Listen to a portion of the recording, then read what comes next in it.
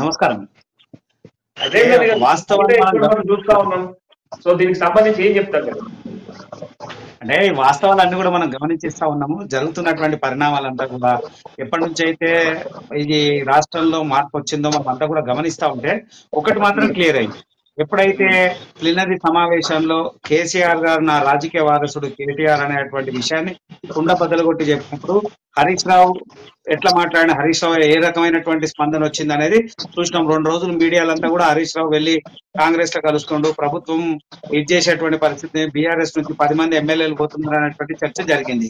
దాని తర్వాత 2-3 రోజులు ముగిసిన తర్వాత 2-3 రోజుల్లో మళ్ళా కేటీఆర్ వెంటనే వెళ్ళిపోయి హరీష్ రావు ఇంటికి వెళ్ళడము, హరీష్ రావుతో మాట్లాడడం, వాళ్ళ నాన్న సిక్కున్నాడు అనేటువంటి సాకు చూపించి పరామర్శించుకుని పోతున్నట్టు పోయి 2 రోజులు ఉన్న తర్వాత మళ్ళీ హరీష్ రావు మేమంతా కూడా కలిసే ఉన్నాము, ఏది ఉన్నా కానీ దానికి మేము కట్టుబడి ఉంటాం అనేటువంటి వాతావరణం ప్రజల్లోకి తీసుకొచ్చే ప్రయత్నం చేశారు. మళ్ళా ఒక అడుగు ముందుకేసి ఏం జరుగుతుంది అంటే ఒకటి కవితకు అర్థమైంది, బాబా మరుదులు ఇద్దరు కలిసి ఆమెను ఏదో చేసే పరిస్థితి అనేది ఆమె క్లియర్ గా అర్థమైంది. అర్థమైన తర్వాత ఆమె కార్యాచరణ చేయాలనే సిద్ధం ఆలోచనతోనే ఆమె ముందుకు వచ్చింది. అయితే దీంట్లో ప్రత్యక్షంగా పరోక్షంగా రేవంత్ రెడ్డి గారి హస్తం 100% ఉంది. అది ఎందుకనేది నేను చెప్తాను. ఏ విధంగా 2012 ఇంటర్నల్ ఏముంటుంది? చెప్తాను. 2012 నుంచి 2016 వరకు వారిద్దరు ఒక కంపెనీలో డైరెక్టర్, వాళ్ళిద్దరూ కలిసి వ్యాపారం చేసినటువంటి ఒక కంపెనీలో డైరెక్టర్స్ ఉన్నారు. వారిద్దరి మధ్య ఆర్థిక పరమైనటువంటి ఒకరి మీద ఒకరు కలిసి మాట్లాడుకునే అవకాశం ఉంది. ఇంకోటి మీరు గమనించండి, ఈ 19 నెలల ఎక్కడ కూడా రేవంత్ రెడ్డి గారు కవిత గారిని ఉద్దేశించి పెద్దగా మాట్లాడలేదు. మన అదే కవిత కూడా ప్రభుత్వాన్ని ఉద్దేశించి మాట్లాడింది, కానీ పర్సనల్ గా రేవంత్ రెడ్డి గారిని ఉద్దేశించి రేవంత్ రెడ్డి గారిని కౌంటర్ చేసుకుంటూ మాట్లాడే దాఖలా లేవు. అంటే వీరిద్దరికి ఒకరి మీద ఒకరికి సమన్వయం ఉంది, ఒకరిదొకరు ఆలోచిస్తున్నారు కాబట్టే కాంగ్రెస్ అనేటువంటి మాట మాట్లాడుతున్నారు. లేకపోతే ఎవరు మాట్లాడతారు? ఎవరు మాట్లాడరు కదా. నిజంగా కూడా రాజకీయ అనుభవం ఉన్న, రాజకీయ కుటుంబం ఉన్నటువంటి వ్యక్తులు ఎవరైనా కానీ ఒక కార్పొరేటర్ స్థాయి నుంచి ఎమ్మెల్యే కావాలనుకుంటారు, ఎమ్మెల్యే నుంచి ఎంపీ కావాలనుకుంటారు, ఎంపీ నుంచి ఆ స్థాయి పై పదవుల కోసం ఎవరైనా ప్రయత్నం చేస్తుంటారు. అలాంటిది ఒక మాజీ ముఖ్యమంత్రి బిడ్డే, ఆమె కూడా రాజకీయ కోణంలో ఆలోచించడం తప్పలేదు. అన్నకున్నటువంటి ప్రాధాన్యత తనకు లేకుండా పోతుంది అనేటువంటి పరిస్థితి కనబడతా ఉంది. దానికి తోడు ఆయన వర్కింగ్ ప్రెసిడెంట్ ఉండి ఇవాళ హరీష్ రావు కూడా ఎక్కడైనా కార్యక్రమాలు చేయాలంటే కష్టం. ఎందుకంటే కేటీఆర్ గారి చెప్పకుండా ఆయన చేయలేడు సొంతంగా వెళ్ళి.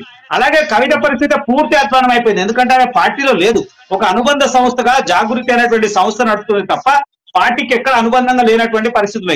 ఇలాంటి పరిస్థితుల్లో వాళ్ళు ఎక్కడ ఇచ్చేసుకుంటున్నారు? ఆమెకు ఒక్కటే అర్థమైంది, నా రాజకీయ భవిష్యత్తు శూన్యం, దీన్ని నేను కాపాడుకోవాలంటే ఒకే ఒక ఆలోచన, ఏది తీసుకోవాలన్నా ఇప్పుడు నేను స్టెప్ తీసుకుంటే, ఒకవేళ పార్టీలో మారాలన్నా లేదా ఆమె సొంతంగా ఒక కుంపటి పెట్టుకోవాలన్నా, ఆమె ఏ నిర్ణయం తీసుకోవాలన్నా ముందుగా నిర్ణయం తీసుకుంటే ప్రజల్లోకి వెళ్ళడానికి కనీస సమయం ఒక 3-4 సంవత్సరాలు కనీస సమయం ఉంటుంది. ప్రజల్లో తనకంటూ తాను ఒక గుర్తింపు తీసుకొచ్చేటువంటి ప్రయత్నం చేసుకోవాలనేటువంటి ఆలోచనతోనే ఆమె ముందు స్టెప్ వేసింది. ఒకవేళ నిజంగా అనుకుందాం అది లేదు, ఏం లేదు, ఉత్తరం, నేనేమంటున్నా తెలుసా, అవకాశం ఉంటే ఆ ఉత్తరాన్ని ఈమెనే బహిరంగంగా చెప్పిండొచ్చు.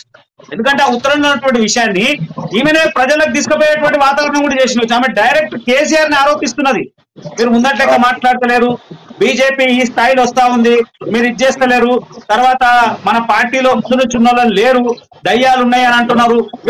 ఇవన్నీ ప్రస్తావించినప్పుడు 6 పేజీల రామాయణం మేము రాసినప్పుడు, అరే నిజంగా రాయమని తప్పలేదండి, అభివృద్ధి సంక్షేమం దానికి సంబంధించిన. కానీ ముఖ్యమైన ఎవరైతే కేసీఆర్ కి కవితకి ఏది పక్కన రాజకీయ వ్యూహం పక్కన పెడితే, అరే తండ్రి బిడ్డ కదా, అంత చనువు ఉంటుంది కదా, మాట్లాడుకునేంత చనువు ఉంటుంది కదా, ఉత్తరాలు రాసుకునేంత దూరం వీళ్ళ మధ్యన వచ్చిందా? నిజంగా ఉత్తరాలు రాసుకొని ఒక అభిప్రాయాన్ని చెప్పేంత దూరం వచ్చిందా? ఇవాళ మనం కూడా మన కుటుంబం లేదన్న విషయం మనం చర్చించుకోవాలంటే భోజనం చేసేటప్పుడో లేదా ఇంట్లో టిఫిన్ చేసేటప్పుడో లేదా కూర్చున్నప్పుడో లేదా అందరం కలిసి కూర్చొని మాట్లాడుకునే పరిస్థితి ఉంటది. అరే రాజకీయం పక్కన పెడతాం, ఇది కుటుంబమే కదా. ఒకవేళ కవిత మాట్లాడాలనుకుంటే తండ్రితో మాట్లాడడానికి ఇన్ని ఆంక్షలు ఉన్నాయా? ఉత్తరాలు రాసేంత పరిస్థితి ఉందా? లేదు కదా. అయితే ఒక్కటే క్లియర్ అర్థమైంది, ఖచ్చితంగా ఆమెకి ముఖ్యమంత్రి కూడా సరైన ప్రాధాన్యత, ఎవరైతే కేసీఆర్ కూడా సరైన ప్రాధాన్యత ఇస్తలేడు, ఇక్కడ ముఖ్యమంత్రి రేవంత్ రెడ్డి అండదండలు కనబడతా ఉన్నాయి.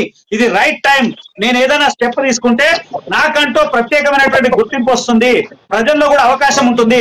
మొన్న చూడండి, ఆమె ఎయిర్పోర్ట్ కి నిజంగా ఏ వ్యూహం లేకపోతే ఎయిర్పోర్ట్ కి అంతమంది ఎట్లా వస్తారు? అంటే ఎవరైనా పిలుస్తేనే వస్తారు కదా, పిలువని ఎంతమంది వస్తారు? మన అందరూ ఒక్కరన్నా బీఆర్ఎస్ నాయకులు ఉన్నారా? లేరు. ఎవరున్నారు? బీసీ నాయకులు ఉన్నారు, కవిత మద్దతుదారులు ఉన్నారు. మళ్ళీ అక్కడ వచ్చిన కట్అవుట్స్ ఏమున్నాయి? అన్ని కవితయే. ఎక్కడ అలా కేసీఆర్ లేడు, బీఆర్ఎస్ వర్డ్ లేదు, కనీసం బీఆర్ఎస్ జెండా కూడా ఒకటి లేదు. అంటే అంత జాగ్రత్తగా ఆమె వ్యూహం రచించింది, పూర్తి స్థాయి జాగ్రత్తతో. తర్వాత రాజకీయ పార్టీ పెట్టొచ్చు, లేదా ఇవాళ ప్రజాస్వామ్యంలో ఎవరికైనా అధికారం ఉంది, ఎవరికైనా అవకాశం ఉంది, పెట్టొచ్చు, తప్పేం లేదు. కానీ పెట్టడం కాదు కదా, నేను నిలుపుకోవడం ముఖ్యం. కాబట్టి ఆలోచించి ఒకవేళ పెట్టి మళ్ళా వీళ్ళ కాంగ్రెస్ సముద్రంలో కలుస్తుందా లేదా పెట్టుకొని ఆమె నిలబడతా చేసి చూడాల్సిన అవసరం ఉంది. కంప్లీట్ గా కూడా ఏంటంటే జాగృతి అనేటువంటి ఎక్సోట్ కంప్లీట్ గా కూడా జనాన్ని జాగృతి పరుచుకుంటూ ముందుకు వస్తా ఉంది. కంప్లీట్ గా కూడా సైలెంట్ గా మీరు వర్షం చేస్తా ఉన్నారు, మీరు అంటా ఉన్నారు. అంతకన్నా ఒకసారి ముందుగా మధ్యలో